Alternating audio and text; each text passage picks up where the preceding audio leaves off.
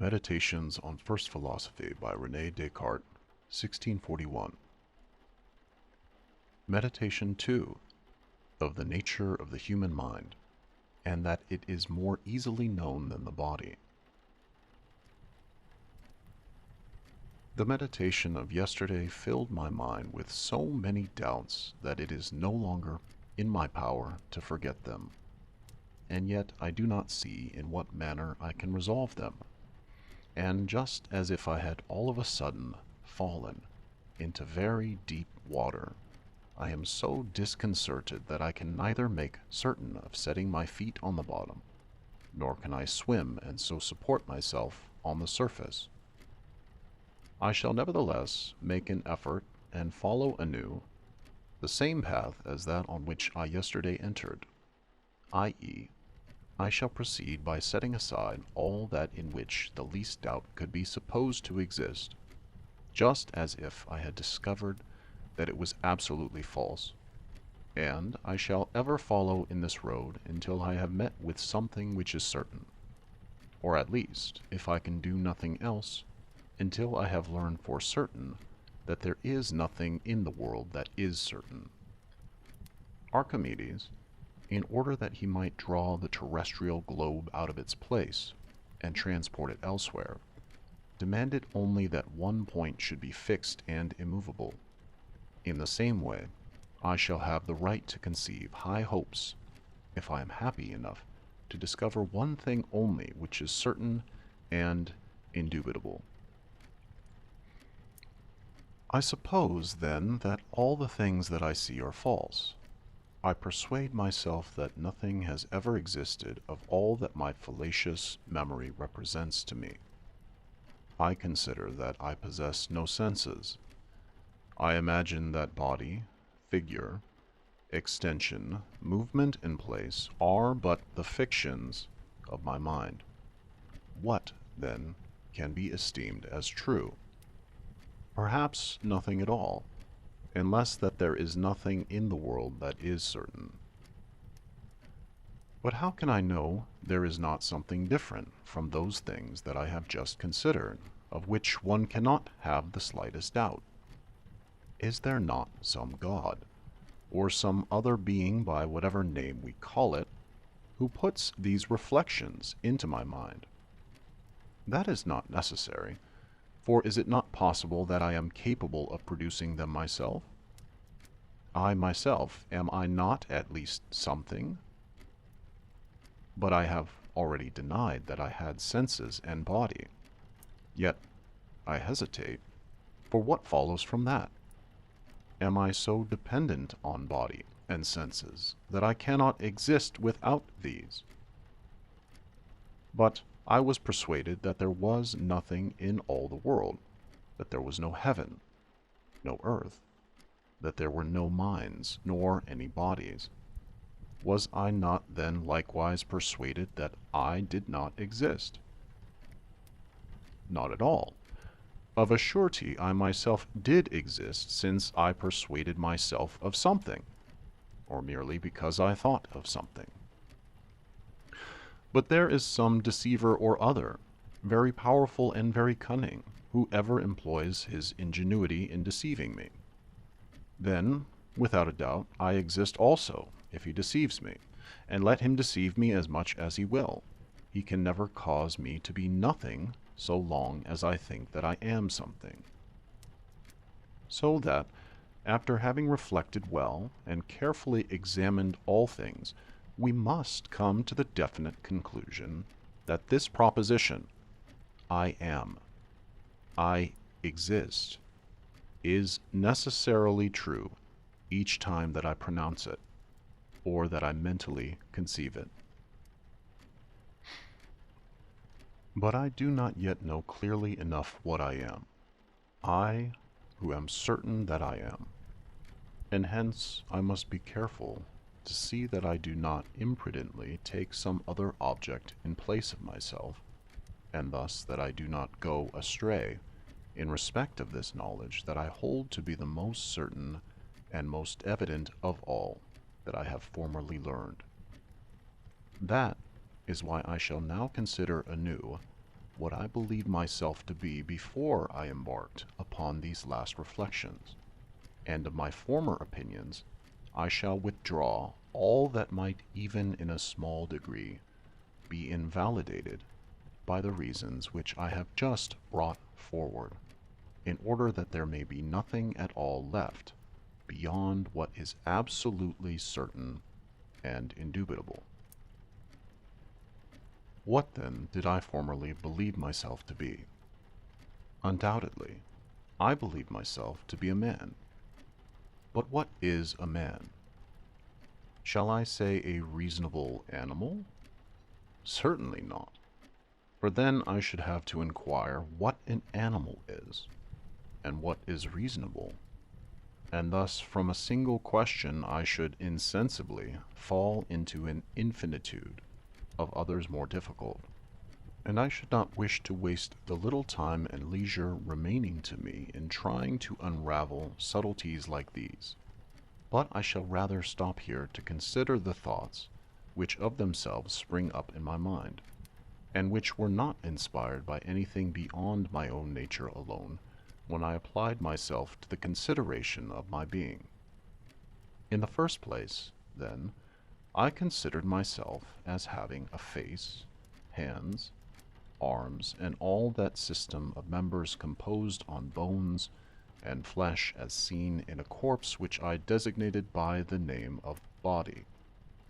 In addition to this, I considered that I was nourished, that I walked, that I felt, and that I thought, and I referred all these actions to the soul.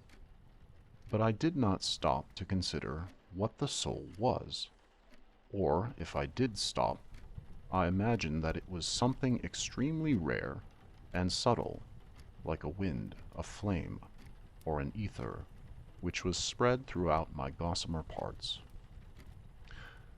As to body, I had no manner of doubt about its nature, but thought I had a very clear knowledge of it, and if I had desired to explain it according to the notions that I had then formed of it, I should have described it thus. By the body, I understand all that which can be defined by a certain figure, something which can be confined in a certain place, and which can fill a given space in such a way that every other body will be excluded from it, which can be perceived either by touch, or by sight, or by hearing, or by taste, or by smell, which can be moved in many ways, not, in truth, by itself, but by something which is foreign to it, by which it is touched, and from which it receives impressions. Or to have the power of self-movement, as also of feeling or of thinking, I did not consider to appertain to the nature of body. On the contrary, I was rather astonished to find that faculties similar to them existed in some bodies. But what am I now that I suppose that there is a certain genius which is extremely powerful, and, if I may say so, malicious, who employs all his powers in deceiving me? Can I affirm that I possess the least of all those things which I have just said to pertain to the nature of body? I pause to consider. I revolve all these things in my mind, and I find none of which I can say that it pertains to me. It would be tedious to stop to enumerate them. Let us pass to the attributes of soul, and see if there is any one which is in me. What of nutrition or walking? But if it is so that I have no body, it is also true that I can neither walk nor take nourishment. Another attribute is sensation, but one cannot feel without body. And besides, I have thought I perceived many things during sleep that I recognized in my waking moments as not having been experienced at all. What of thinking? I find here that thought is an attribute that belongs to me. It alone cannot be separated from me. I am. I exist, that is certain. But how often? Just when I think? For it might possibly be the case, if I ceased entirely to think, that I should likewise cease altogether to exist. I do not now admit anything which is not necessarily true.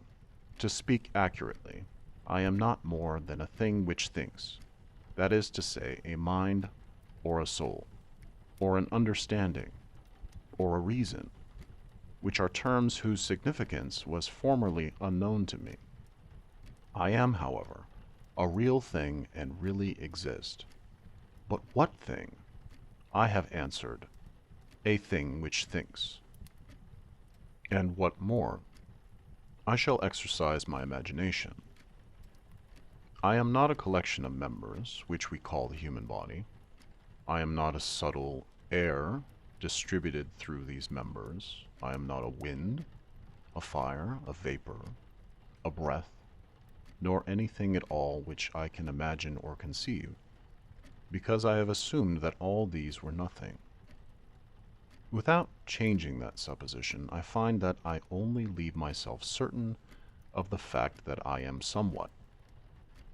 But perhaps it is true that these same things which I supposed were non-existent, because they were unknown to me, are really not different from the self which I know. I am not sure about this.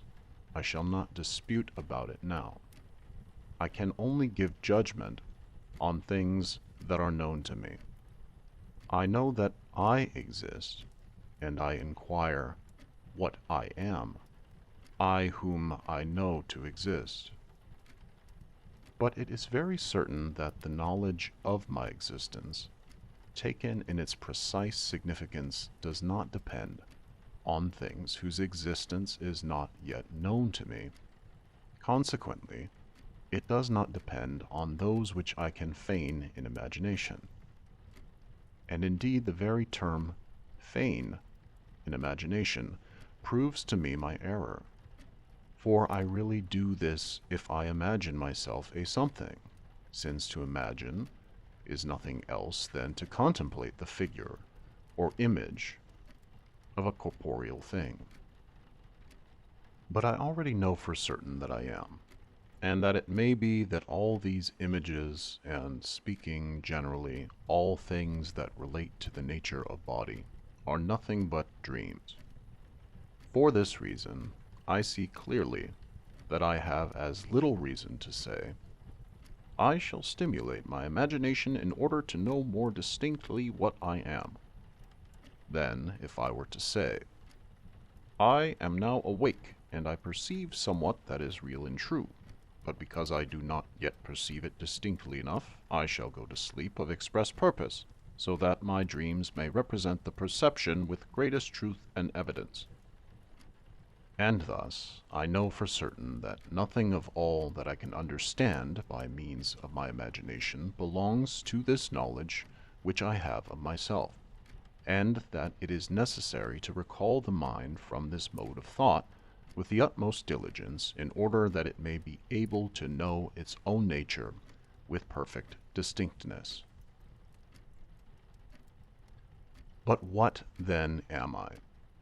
A thing which thinks. What is a thing which thinks? It is a thing which doubts, understands, affirms, denies, wills, refuses, which also imagines and feels. Certainly it is no small matter if all these things pertain to my nature. But why should they not so pertain? Am I not that being who now doubts nearly everything, who nevertheless understands certain things, who affirms that one only is true, who denies all the others, who desires to know more, is averse from being deceived, who imagines many things, sometimes indeed despite his will, and who perceives many likewise, as by the intervention of the bodily organs? Is there nothing in all this which is as true as it is certain that I exist, even though I should always sleep, and though he who has given me being employed all his ingenuity in deceiving me? Is there likewise any one of these attributes which can be distinguished from my thought, or which might be said to be separated from myself? For it is so evident of itself that it is I who doubts, who understands, and who desires, that there is no reason here to add anything to explain it. And I have certainly the power of imagining likewise. For although it may happen that none of the things which I imagine are true, nevertheless this power of imagining does not cease to be really in use, and it forms part of my thought. Finally, I am the same who feels, that is to say, who perceives certain things, as by the organs of sense, since, in truth, I see light, I hear noise, I feel heat. But it will be said that these phenomena are false and that I am dreaming. Let it be so. Still, it is at least quite certain that it seems to me that I see light, that I hear noise, and that I feel heat. That cannot be false.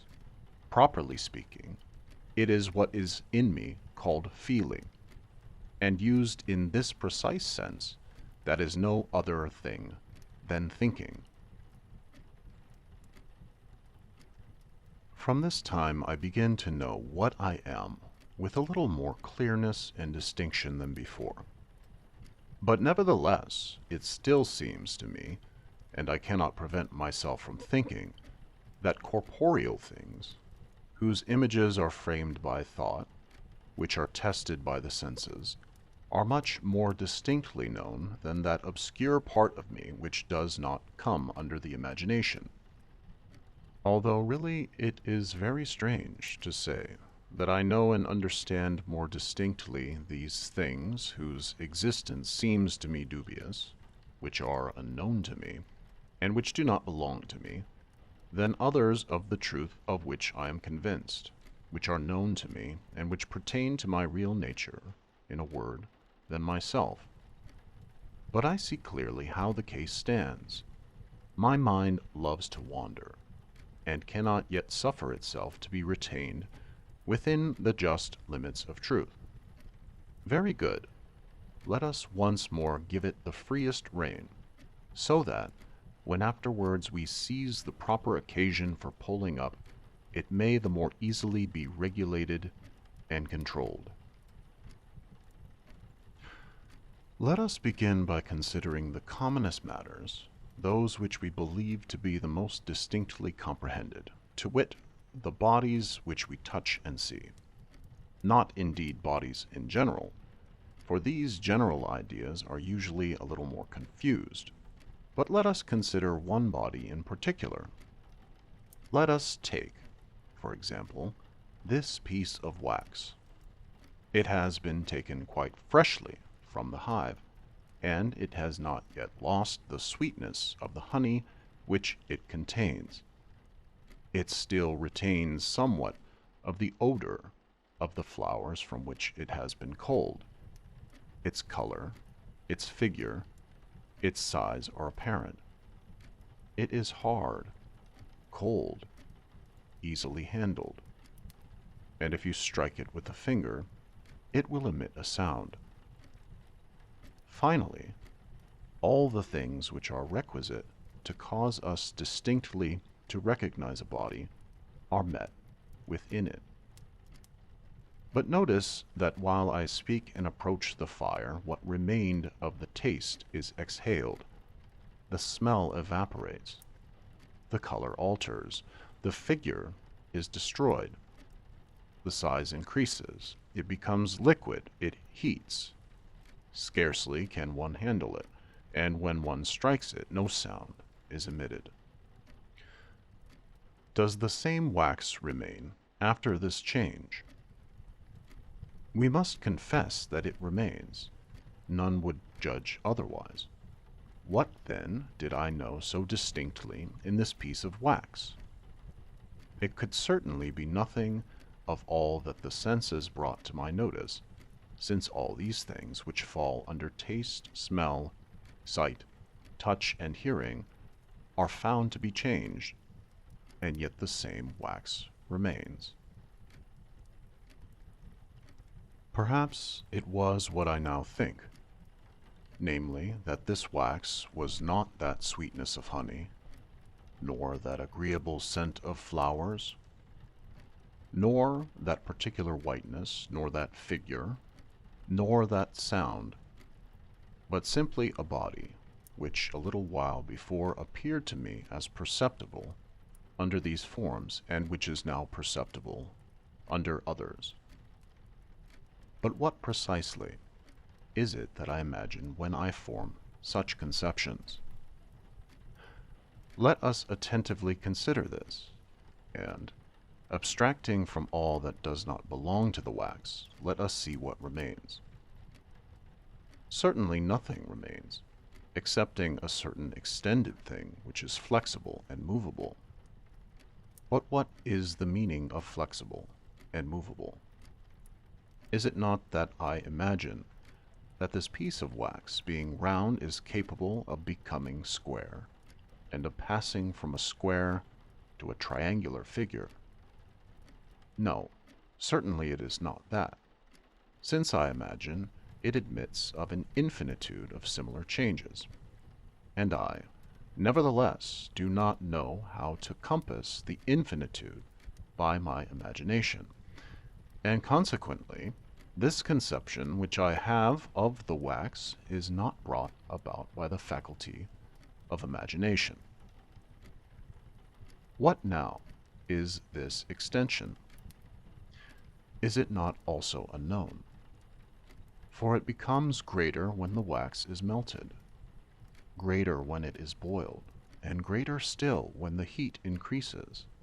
And I should not conceive, according to truth, what wax is, if I did not think that even this piece that we are considering is capable of receiving more variations in extension than I have ever imagined. We must then grant that I could not even understand through the imagination what this piece of wax is, and that it is my mind alone which perceives it. I say this piece of wax in particular, for as to wax in general it is yet clearer. But what is this piece of wax which cannot be understood excepting by the mind? It is certainly the same that I see, touch, imagine, and finally it is the same which I have always believed it to be from the beginning. But what must particularly be observed is that its perception is neither an act of vision, nor of touch, nor of imagination, and has never been such, although it may have appeared formerly to be so, but only an intuition of the mind, which may be imperfect and confused as it was formerly, or clear and distinct as it is at present, according as my attention is more or less directed to the elements which are found in it and of which it is composed. Yet in the meantime I am greatly astonished when I consider the great feebleness of mine, and its proneness to fall insensibly into error.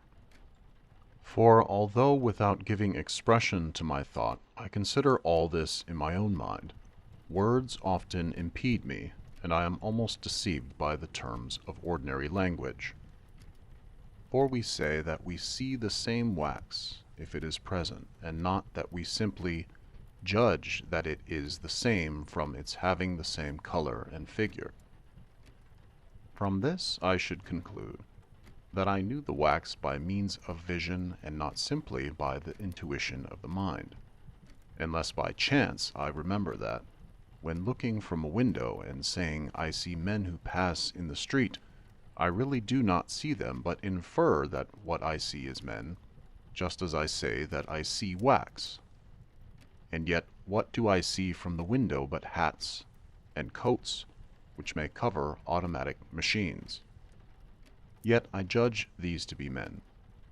And similarly, solely by the faculty of judgment which rests in my mind, I comprehend that which I believed I saw with my eyes. A man who makes it his aim to raise his knowledge above the common should be ashamed to derive the occasion for doubting from the forms of speech invented by the vulgar. I prefer to pass on and consider whether I had a more evident and perfect conception of what the wax was when I first perceived it, and when I believed I knew it by means of the external senses, or at least by the common sense, as it is called, that is to say, by the imaginative faculty, or whether my present conception is clearer now that I have most carefully examined what it is, and in what way it can be known. It would certainly be absurd to doubt as to this, for what was there in the first perception which was distinct? What was there which might not as well have been perceived by any of the animals? But when I distinguish the wax from its external forms, and when, just as if I had taken from it its vestments, I consider it quite naked, it is certain that although some error may still be found in my judgment, I can nevertheless not perceive it thus without a human mind. But finally, what shall I say of this mind? That is, of myself. For up to this point, I do not admit in myself anything but mind. What, then, I who seem to perceive this piece of wax so distinctly, do I not know myself, not only with much more truth and certainty, but also with much more distinctness and clearness? For if I judge that the wax is, or exists, from the fact that I see it, it certainly follows much more clearly that I am, or that I exist myself from the fact that I see it. For it may be that what I see is not really wax. It may also be that I do not possess eyes with which to see anything. But it cannot be that when I see, or when I think I see, that I myself who think am not. So, if I judge that the wax exists from the fact that I touch it, the same thing will follow, to wit, that I am. And if I judge that my imagination, or some other cause, whatever it is, persuades me that the wax exists, I shall still conclude the same. And what I have here remarked of wax may be applied to all other things which are external to me. And further, if the perception of wax has seemed to me clearer and more distinct, not only after the sight or the touch, but also after many other causes have rendered it quite manifest to me, with how much more evidence and distinctness must it be said that I now know myself, since all the reasons which contribute to the knowledge of wax, or any other body whatever, are yet better proofs of the nature of my mind. And there are so many other things in the mind itself which may contribute to the elucidation of its nature, that those which depend on the body, such as these just mentioned, hardly merit being taken into account. But finally, here I am, having insensibly reverted to the point I desired. For, since it is now manifest to me that even bodies are not properly speaking known by the senses or by the faculty of imagination, but by the understanding only, and since they are not known from the fact that they are seen or touched, but only because they are understood, I see clearly that there is nothing which is easier for me to know than my mind. But because it is difficult to rid oneself so promptly of an opinion to which one was accustomed for so long, it will be well that I should halt a little at this point, so that by the length of my meditation I may more deeply imprint on my memory this new knowledge.